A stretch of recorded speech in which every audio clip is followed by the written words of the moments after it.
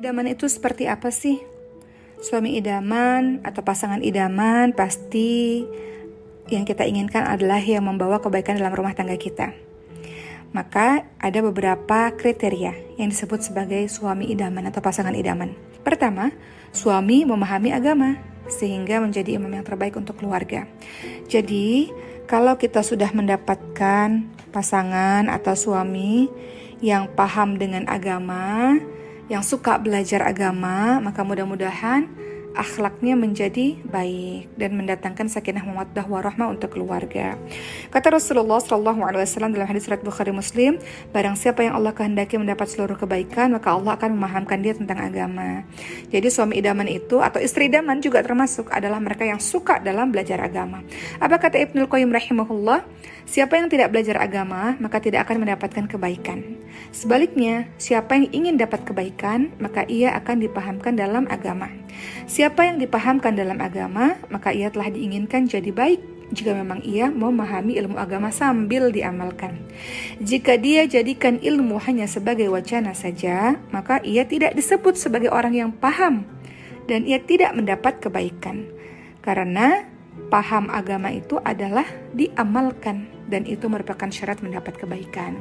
Jadi yang disebut sebagai suami yang baik atau istri yang baik, kedua-duanya harus paham agama. Maknanya adalah apa yang sudah ia pelajari dia amalkan. Kedua, suami idaman itu seperti apa sih? Suami yang peduli pada agama istri dan anak-anaknya. Dalam surah At-Tahrim ayat 6, Allah Subhanahu wa taala berfirman, A'udzubillahi minasyaitonirrajim, ya ayyuhalladzina amanu qu anfusakum wa ahlikum nara. Wahai orang-orang beriman, peliharalah dirimu dan keluargamu dari api neraka. Contoh sederhana seperti apa? Misalnya kepala rumah tangga ini nih, si bapak nih mengajak anak-anaknya untuk sholat. Kata Rasulullah, umur 7 tahun suruh sholat, umur 10 tahun kalau nggak sholat dipukul. Mananya bukan pukulan yang menyakitkan, tapi tegas dalam menegakkan peraturan-peraturan agama. Karena sang suami ini atau sang ayah ini peduli pada agama istri dan anak-anaknya. Termasuk suami yang menginginkan istrinya menutup aurat.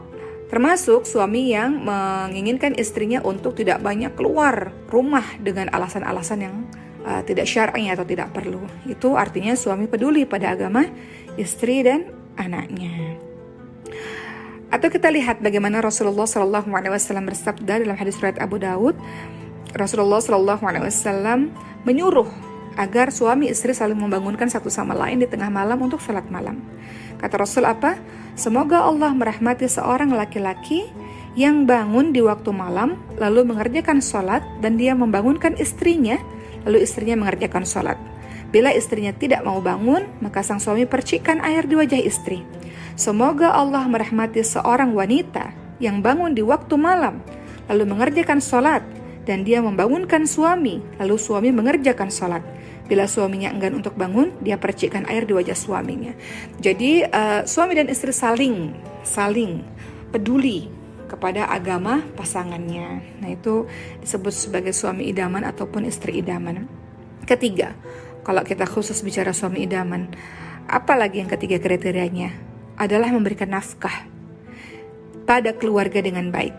Teman-teman lihat dalam surah An-Nisa ayat 34. Di situ ada diberitahukan bagaimana laki-laki disebut sebagai qawwam dan salah satu tugasnya adalah memberikan nafkah. A'udzubillahi minasyaitonirrajim.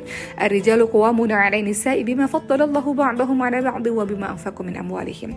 Jadi laki-laki disebut qawwam karena dia punya kewajiban, salah satunya adalah memberikan nafkah. Atau teman-teman lihat dalam hadis riwayat Abu Daud, Rasulullah SAW bersabda, ketika ada yang ditanya kewajiban suami pada istri itu apa, wahai Rasul? Maka Rasul jawab, laki-laki memberikan istrinya makan sebagaimana ia makan. Engkau wahai laki-laki memberikan pakaian sebagaimana engkau berpakaian. Dan engkau tidak pukul wajah istri. Dan engkau tidak jelek-jelekkan istri dan tidak boikot selain di rumah. Jadi kata Rasul apa? Wala tadribul wajh, enggak boleh pukul wajah istri. Wala tuqabbih, enggak boleh caci maki. Nggak boleh menyakiti hati. Kalau KDRT itu ada KDRT fisik, ada KDRT verbal, kekerasan dalam rumah tangga verbal. Nggak mukul sih, tapi kata-katanya nyelekitnya itu juga nggak boleh.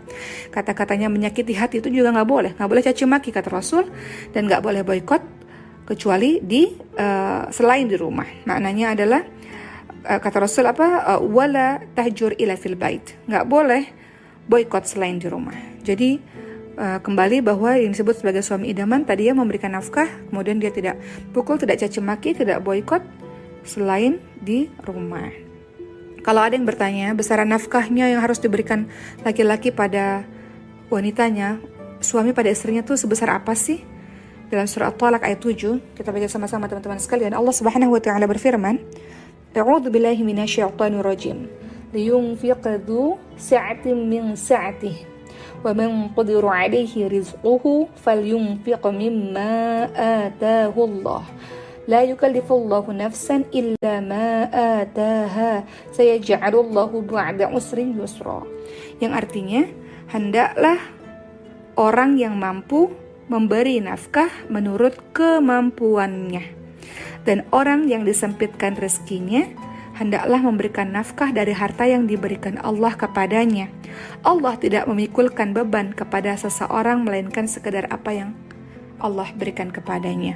Artinya, mau sebagaimanapun kaya rayanya si istri ini, tetap laki-laki harus memberikan nafkah semampunya, semampu sang laki-laki ini. Abu Abbas Ibnu Taimiyah rahimahullah pernah berkata, yang tepat dan lebih benar sebagaimana yang dinyatakan oleh kebanyakan ulama bahwa nafkah suami pada istri kembali kepada kebiasaan masyarakat. Tidak ada besaran tertentu yang ditetapkan oleh syariat. Dan nafkah itu berbeda sesuai dengan perbedaan tempat, zaman, keadaan suami istri, dan adat yang ada.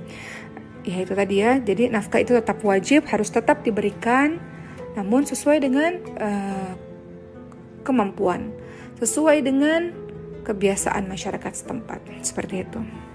Kemudian yang keempat, disebut suami idaman, pasangan idaman itu kalau seperti apa sih? Kalau selalu berusaha meluangkan waktu untuk istri dan anak-anaknya.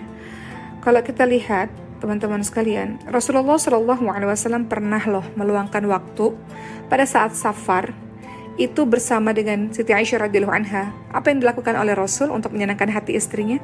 Lomba lari, teman-teman sekalian. Hal ini diceritakan dalam hadis riwayat Abu Daud dan Ibnu Majah, bahwa pernah pada suatu ketika Siti Aisyah bersama dengan Rasulullah berlomba lari. Dan waktu itu Siti Aisyah berlari sangat kencang berusaha untuk mengalahkan Nabi Muhammad SAW, dan Siti Aisyah menang. Berapa tahun kemudian Siti Aisyah sudah bertambah gemuk, maka lomba lari lagi bersama dengan Rasul. Namun pada saat itu Siti Aisyahnya kalah. Lalu Rasul pun bercanda dengan mengatakan, ini balasan untuk kekalahanku dulu. Jadi intinya adalah suami harus, walaupun sibuk di luaran sana, ini kalau ingin jadi laki-laki idaman, termasuk perempuan sama saja. Wanita kan ada wanita karir zaman sekarang kan, sibuk di luaran sana, tetap harus meluangkan waktu untuk pasangannya. Kemudian yang kelima, disebut sebagai suami idaman ataupun istri idaman, banyak memaklumi kekurangan satu sama lain dan terus memperbaiki diri. Dalam hadis riwayat Muslim dari Abu Hurairah radhiyallahu anhu, Rasulullah SAW bersabda, jangan seorang mukmin membenci seorang mukminah. Jika si pria tidak menyukai suatu akhlak pada wanita, maka hendaklah ia melihat sisi yang lain yang ia ridhoi. Jadi kalau kita lihat pasangan kita, teman-teman sekalian, ada yang salah, jangan fokus pada kesalahan itu, tapi lihat sisi yang lain. Kebaikannya banyak, kejelekannya, keburukannya mungkin satu, tapi kebaikannya banyak. Sehingga kalau kita fokus pada kebaikannya, kita akan memaklumi kekurangan satu sama lain.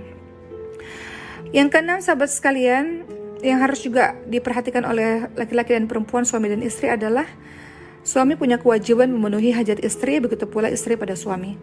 Contoh ini terjadi kepada Abu Darda.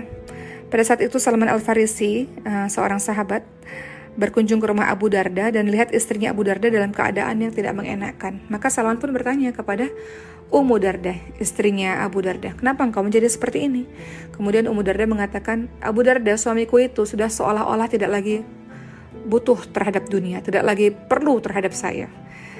Kemudian akhirnya Salman Al-Farisi lihat Abu Darda ini puasa terus menerus, kemudian kalau malam tidak tidur ibadah terus menerus.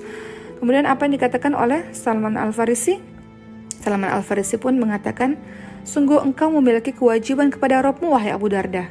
Engkau juga punya kewajiban terhadap dirimu untuk istirahat, untuk makan, dan engkau punya kewajiban kepada keluargamu untuk melayani istrimu bersama dengan anak-anakmu. Maka berilah porsi yang pas untuk masing-masing kewajiban tadi.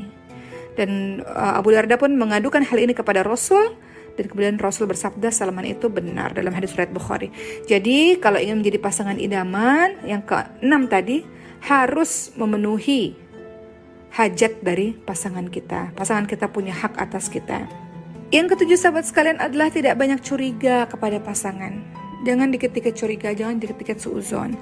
Kita lihat dalam surah Al-Hujurat ayat ke-12, Allah Subhanahu wa taala berfirman, A'udzubillahi minasyaitonir rajim.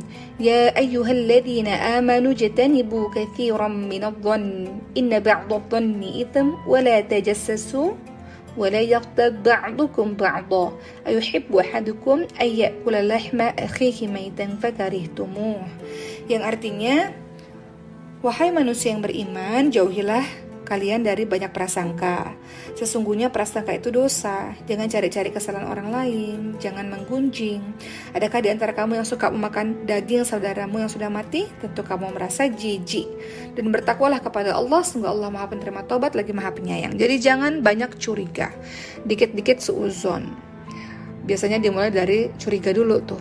Dimulai dari suuzon, kemudian akan cari-cari kesalahan, kemudian akan menggunjing. Jadi kita berhusnuzon dengan pasangan kita titipkan dia kepada Allah Subhanahu wa taala, kecuali memang jelas-jelas kita lihat depan mata kita sendiri, nah itu perkara yang lain. Tapi kalau masih simpang siur, tidak jelas kebenarannya, silahkan tabayun, jangan cari-cari kesalahan dan lantas kita berujung kepada menggunjing pasangan kita. Na'udzubillah min dzalik. Alhamdulillah kita sudah tahu mengenai kriteria dari suami dan istri idaman. Mudah-mudahan pasangan kita idaman buat kita, dan kita pun menjadi orang yang berintrospeksi diri untuk menjadi idaman bagi pasangan kita, insya Allah.